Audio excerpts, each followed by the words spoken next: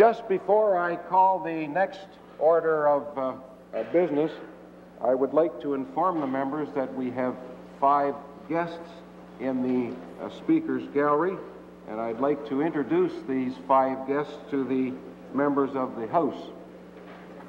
They are Mr. Nikolai Golovkin, Mr. Sergei Busov, Mr. Vadim Plotnikov, Mr. Ihor Kovalchuk, Mr. Vladislav Naumov. Please join me in welcoming these guests.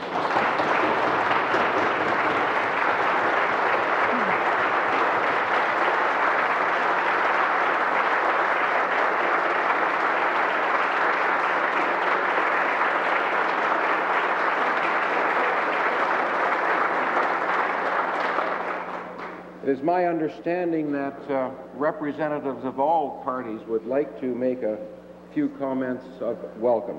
The member for High Park-Swansea.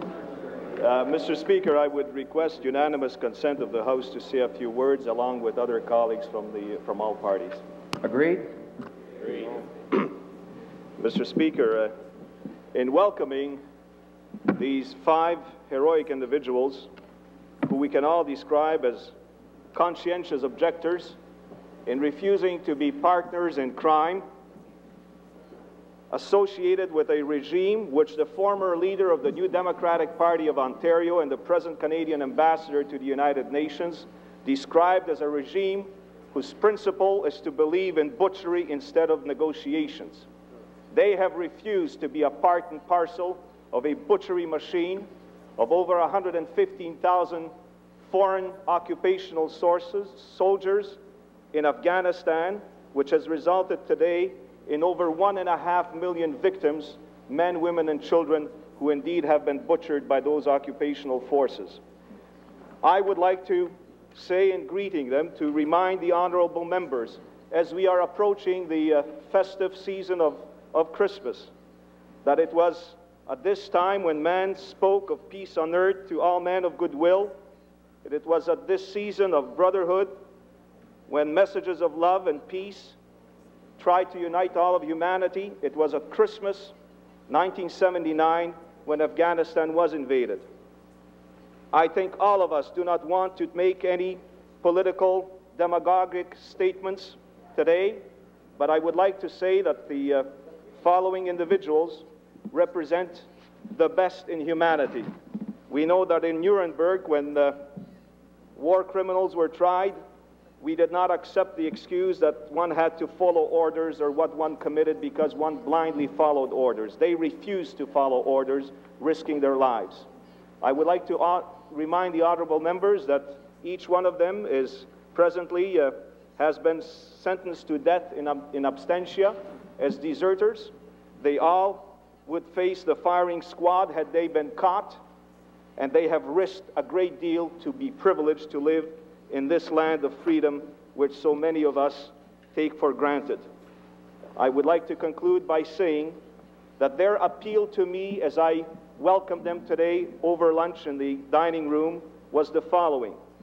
Although they are here enjoying life and freedom and liberty, over 3.5 million Afghani refugees are today bitterly awaiting some assistance in various refugee camps. There are over 100,000 wounded, among them many children who would like to have the assistance of countries like Canada to take them to hospitals and to alleviate their suffering. And perhaps today is a reminder to all of us that we should provide the assistance to those freedom fighters in Afghanistan who need help in terms of medication and assistance for the wounded and the ailing. I welcome them, and I want to say that it is thanks to the effort of Mr. Serge Jessup of the Holy Trinity Russian Orthodox Church that they are here today. It is thanks to the assistance of Mr. Bob Mikityuk of the Canadian Ukrainian Immigrant Aid Society that they are here today. It is thanks to the assistance of many organizations, including that of our Secretary for External Affairs, the Honorable Joe Clark, and our government, who have made very determined efforts to have them here with us in Canada. And we welcome Mr. Andrew Klimov, representing the Russian Orthodox Church, and Mrs. Slava Stetsko, president of ABN International, two individuals who have fought very hard for the cause of liberty for all men. So thank you, Mr. Speaker, for giving me the privilege of saying a few words and addressing these 5 heroes.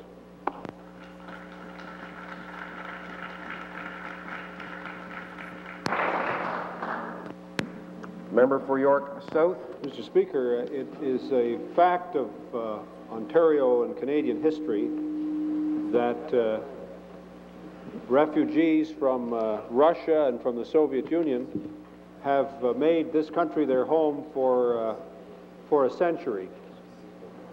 I think it's important for our recent visitors to know that in joining us in this country, and we hope very much in this province, they are part of a wonderful tradition where those who have found oppression have looked to this country for freedom.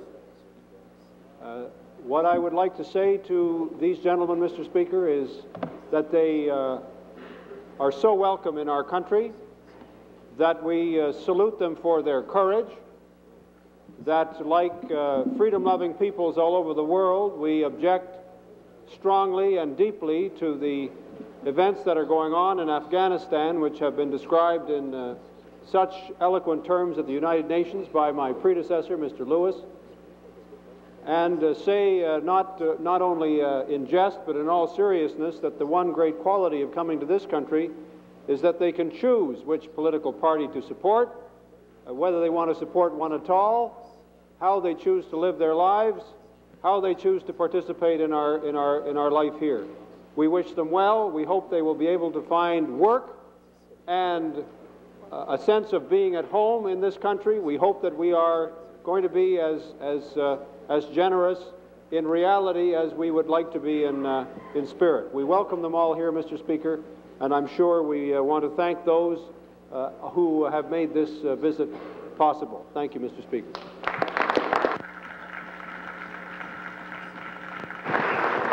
Government House Leader. Speaker, I want to join with the other members who have already spoken in welcoming the 5 young men who have come to Canada under such interesting and I'm sure exhausting circumstances. If all else fails, I'm sure that they could very well make a good living by recounting to all of the citizens of this country their experiences, both in the USSR, but most particularly in the 3 years that they have just ended in Afghanistan. I was quite interested that the honourable member of High Park-Swansea has once again indicated the importance of our recognition of the state of life that these men have abandoned and searched out something better, and we hope continuing to improve in this nation. I noticed that in the list of those for whom he gave thanks for their presence and congratulations was the Secretary of State for Foreign Affairs. As well as that, I thought he might have mentioned the people in the Whig Standard in Kingston and some others. And those people who are interested in foreign affairs and follow politics closely make their own judgments on those matters. But the 5 gentlemen who are in the gallery at the present time are most welcome. We will follow their new careers in this province and in this country with the greatest of interest, and we hope suitable assistance. That while we are far from perfect in our own jurisdiction, yet every day, as my colleague Tony Ruprecht pointed out to me a moment ago, we pray that this is going to be a jurisdiction where freedom prevails and justice rules. That's our goal. And we're honored and delighted that these 5 young men have joined us here in pursuit of it.